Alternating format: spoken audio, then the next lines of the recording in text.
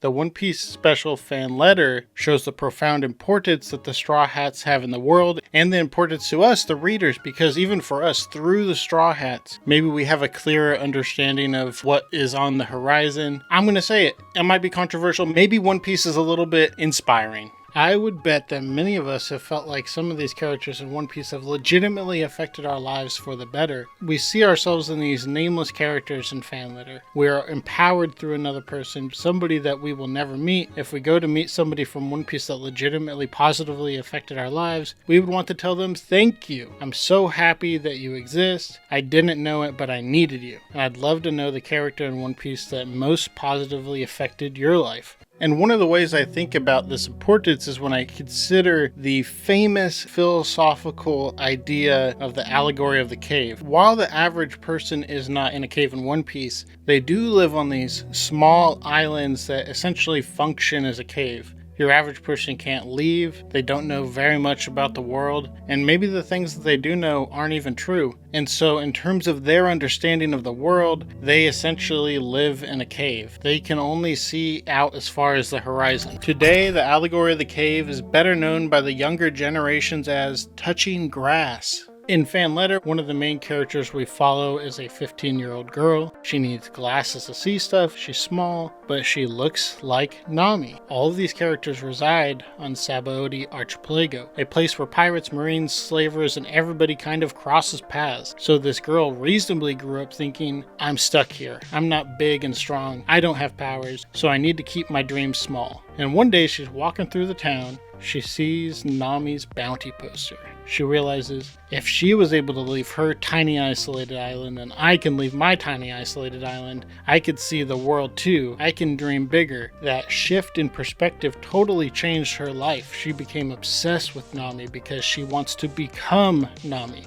And if she wants to become Nami, she has to live like Nami would live. She has to do what Nami would do. She writes a letter to Nami, a letter that she wants to deliver. While we don't know what that letter says, it must say something along the lines of, thank you. You saved me. I hope I can be like you. I want to be free like you. And this is how we arrive at the allegory of the cave, a philosophical idea written by Plato in 3080 BC. And this story is from listening to Socrates talk to Plato's brother about this idea of being isolated, not being able to see the truth, having a very limited understanding of the world. And with that very narrow understanding, human nature is to make connections, make assumptions, and it's essentially a breeding ground for misinformation, for fears to develop, to fill in the gaps of what things are and how things work. And over thousands of years, philosophers have used this idea of the allegory of the cave to help us understand and overcome superficiality, materialism,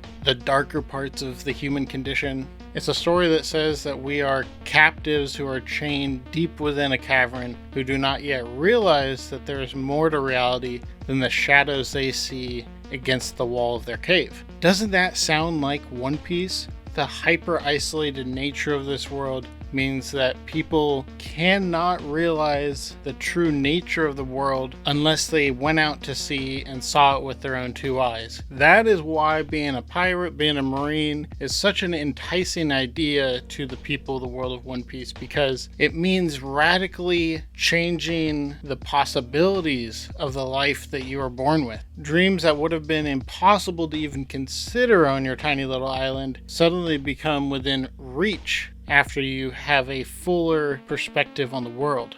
This deep, nuanced philosophical exploration means absolute dick to Luffy, because Luffy's beautifully pure, stupid, childlike ass is like, well, I'll just force them all to be pirates, and just keep asking it until they're like, fuck it, fine. Not unexpectedly, this girl's mom claims she's lazy AF because instead of working towards running their little store, she's dreaming and working towards becoming a pirate or something one day, to going out and seeing the world. But then we see the sons, and it turns out that they did not have a big part in the war. They were fodder for the meat grinder of Marineford. They made absolutely no difference in the outcome. They almost lost their lives in what would have only been considered a meaningless death, but they survived, and they're here, And the older of these brothers is actually more of a standard soldier in the Marines, which implies that he's not very motivated by the message of the Marines. He just felt like this is something that he had to do. But like the girl we just talked about, his life changed drastically. When he saw Luffy on the Marine side of the battlefield, the war was filled with violence. And if you're just a regular Joe like this guy, you'd be completely helpless. And in that chaos, the older brother gets seriously injured. The ancient giant Ors Jr. rolls onto his leg, and while he's eventually able to squeeze himself out, he's now in the middle of the chaos, helpless, injured, unable to understand what is happening. But what does he hear? He hears two things. He hears his little brother crying out for him. Maybe it's unknown. Maybe it's not his little brother. He runs away. Maybe he's not even asking to be saved. Maybe he's begging his older brother to run away. And this all justifies his running away from his brother in this moment.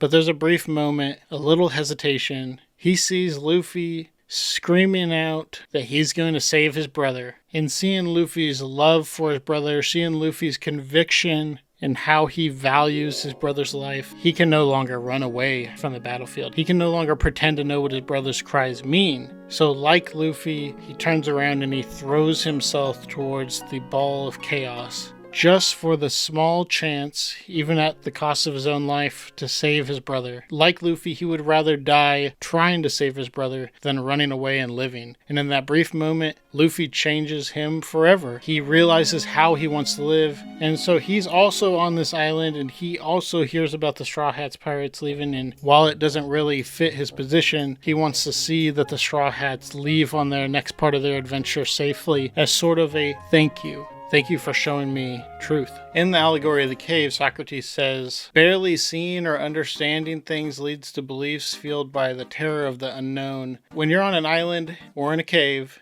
the tiny amount of things that you see or hear or read leads to beliefs that are fueled by terror of the unknown. Our mind and imagination work together to believing these traits to be real 100% with no additional context. We can't measure how accurate they are or what they mean exactly. And so the defense mechanism of fear might make you think, damn, this cave, this island, sure is nice and safe. I think I could stay here longer. It actually isn't too bad. A narrow view of the world leads to assigning reason to the things you understand, and if you understand very few things, then assumptions leads to the truth fading further and further away. If you don't even know about the existence of someone, then how could you know what they've done and what they've caused to happen? But what happens when someone in the world of One Piece has freedom and adventure offered to them? Most people go, no way! I don't want to die. Even if they can go into the world, their narrow perspective forces fear to override the potential for freedom. I've survived here.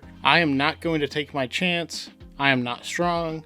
I don't trust others well. The world destroys people like me. And Socrates says the same thing. He says, think about what would happen if they were released from their chains in this cave. Imagine one of them is set free from his shackles to take steps to gaze up toward the fire, and all of this was painful. The glare from the light made him unable to see the objects that cast the shadows he once beheld.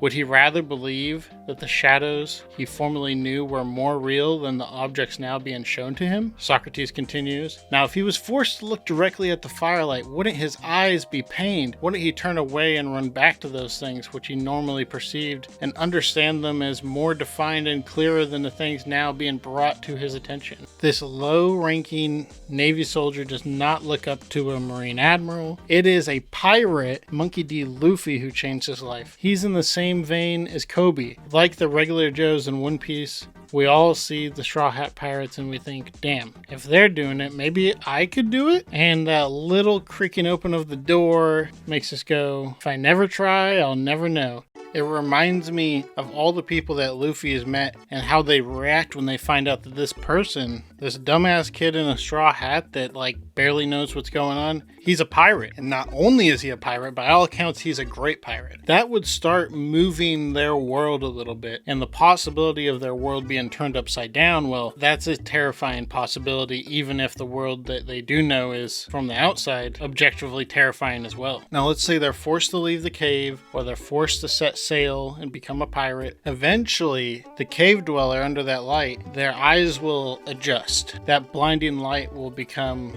clearer and they can see the beauty of the world. And in the same way, imagine that sensation of being out at the sea for a few hours and realizing, man, maybe I'm not going to just like die suddenly out here. Imagine that sensation when you've never seen or been to another island, you've only heard about them, and then one day you're sailing and on the horizon you start to see an island, and you go there and you see and meet and talk to people and see things that you've never seen before in your life. That would turn the world upside down in the best possible way. And for Luffy and the Straw Hat Pirates, having other people going out into the world and seeking their dreams, seeking true liberation and freedom, I think that makes the entire world of One Piece overall freer and better. If there's one person in chains, can anybody be truly free? After all, think about what a Straw Hat is. It's to protect us from the sun. So when we leave the cave, set out on our adventure, why not put on a straw hat so that our eyes can adjust to the sun sooner so that we can see the true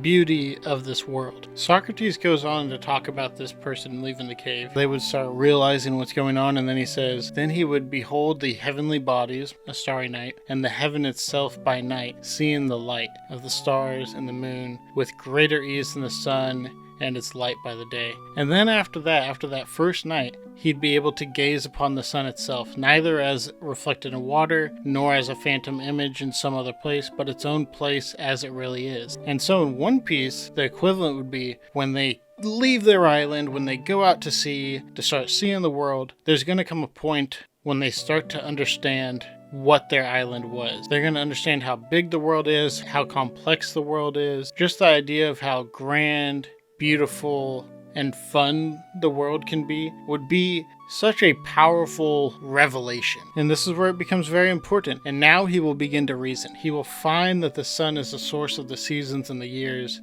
and governor of every visible thing, and it is ultimately the origin of everything previously known.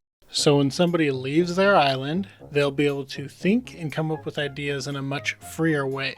They can make more accurate and correct connections and progressively take steps toward understanding their dream and maybe even progressing toward that dream. And then this is where it gets even more interesting. You probably are like, okay, I get it. I get the allegory of the cave.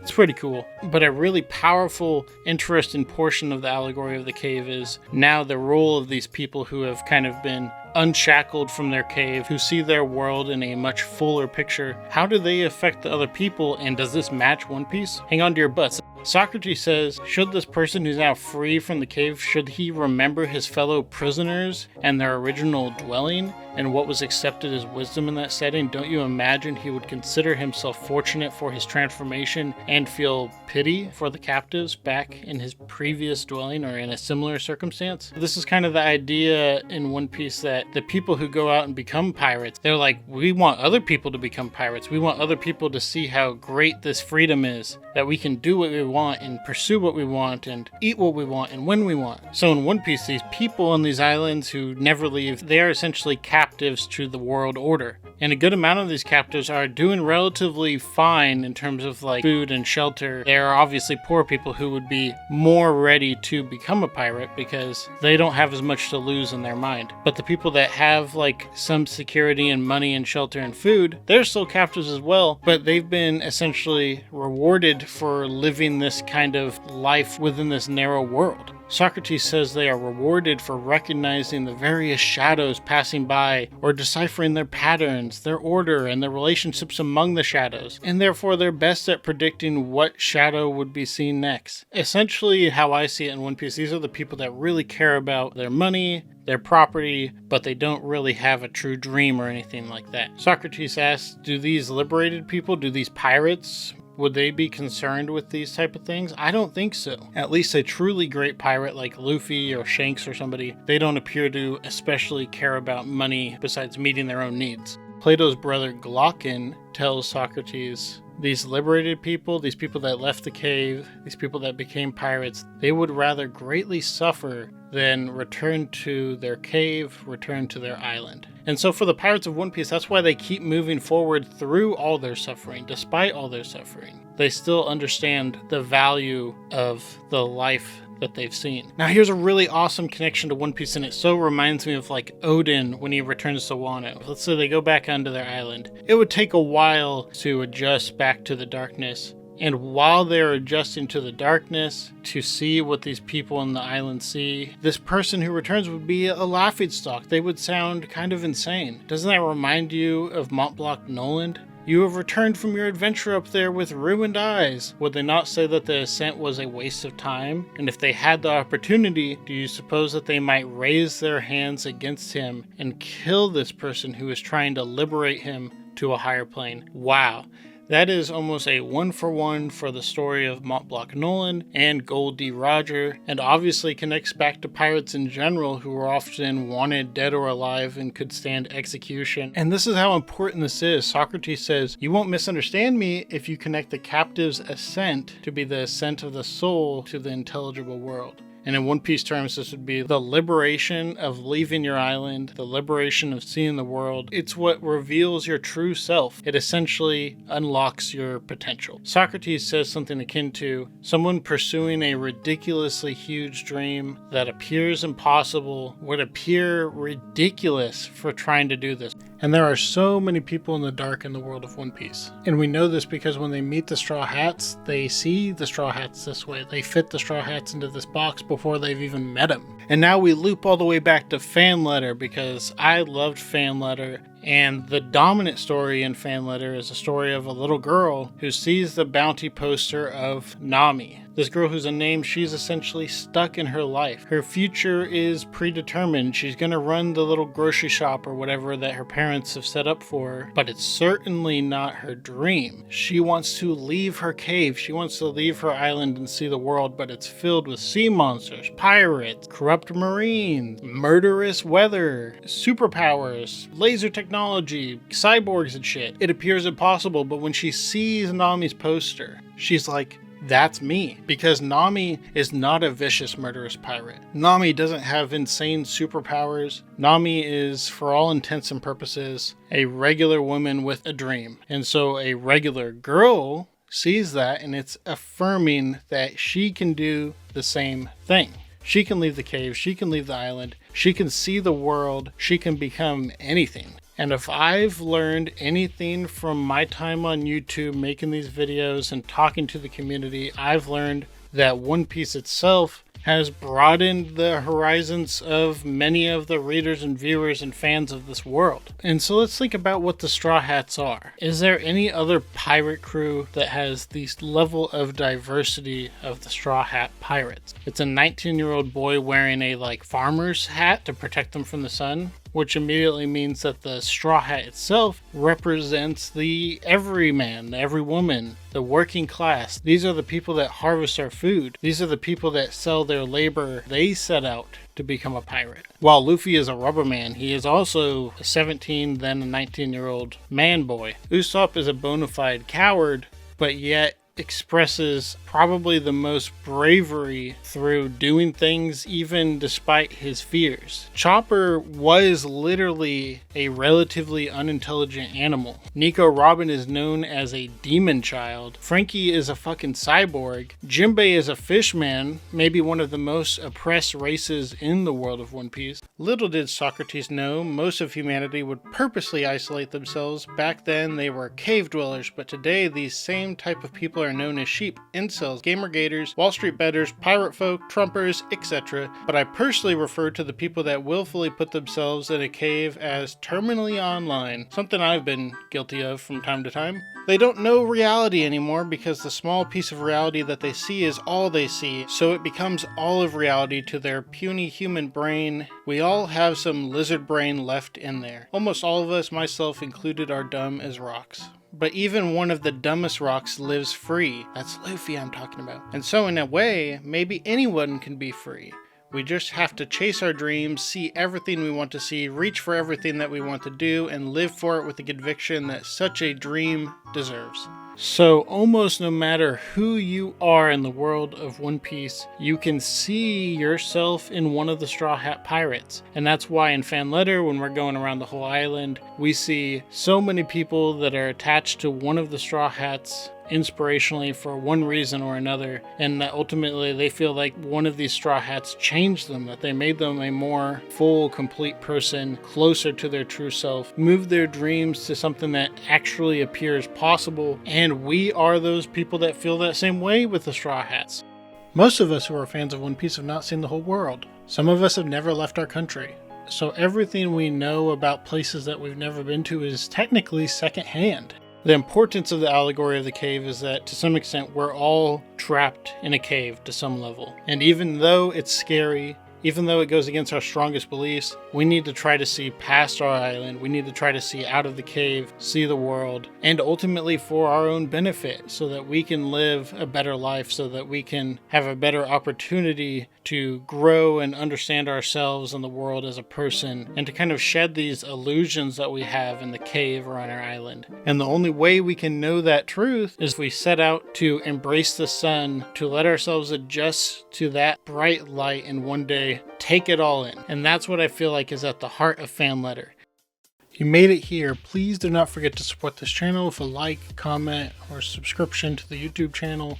And if you want to take the extra step, consider joining my Patreon. I just started it. It's at patreon.com/BigDadPirates. And I set up a $1 tier for people who just want to consistently support the channel. There's also a $3 tier, which gets you a shout out at the end of each video, as well as an exclusive monthly One Piece vlog, which will just be a simpler video covering a topic that I want to cover, but just haven't had the time to cover with the regular channel. And if you want to go super bananas, there's a $10 a month tier, and that's going to give some exclusive voting power to the next video, my scripts and notes for videos, and a director's commentary for each video. I have a community Discord linked in the description. Please join that because I like having cool people in there. See you next time.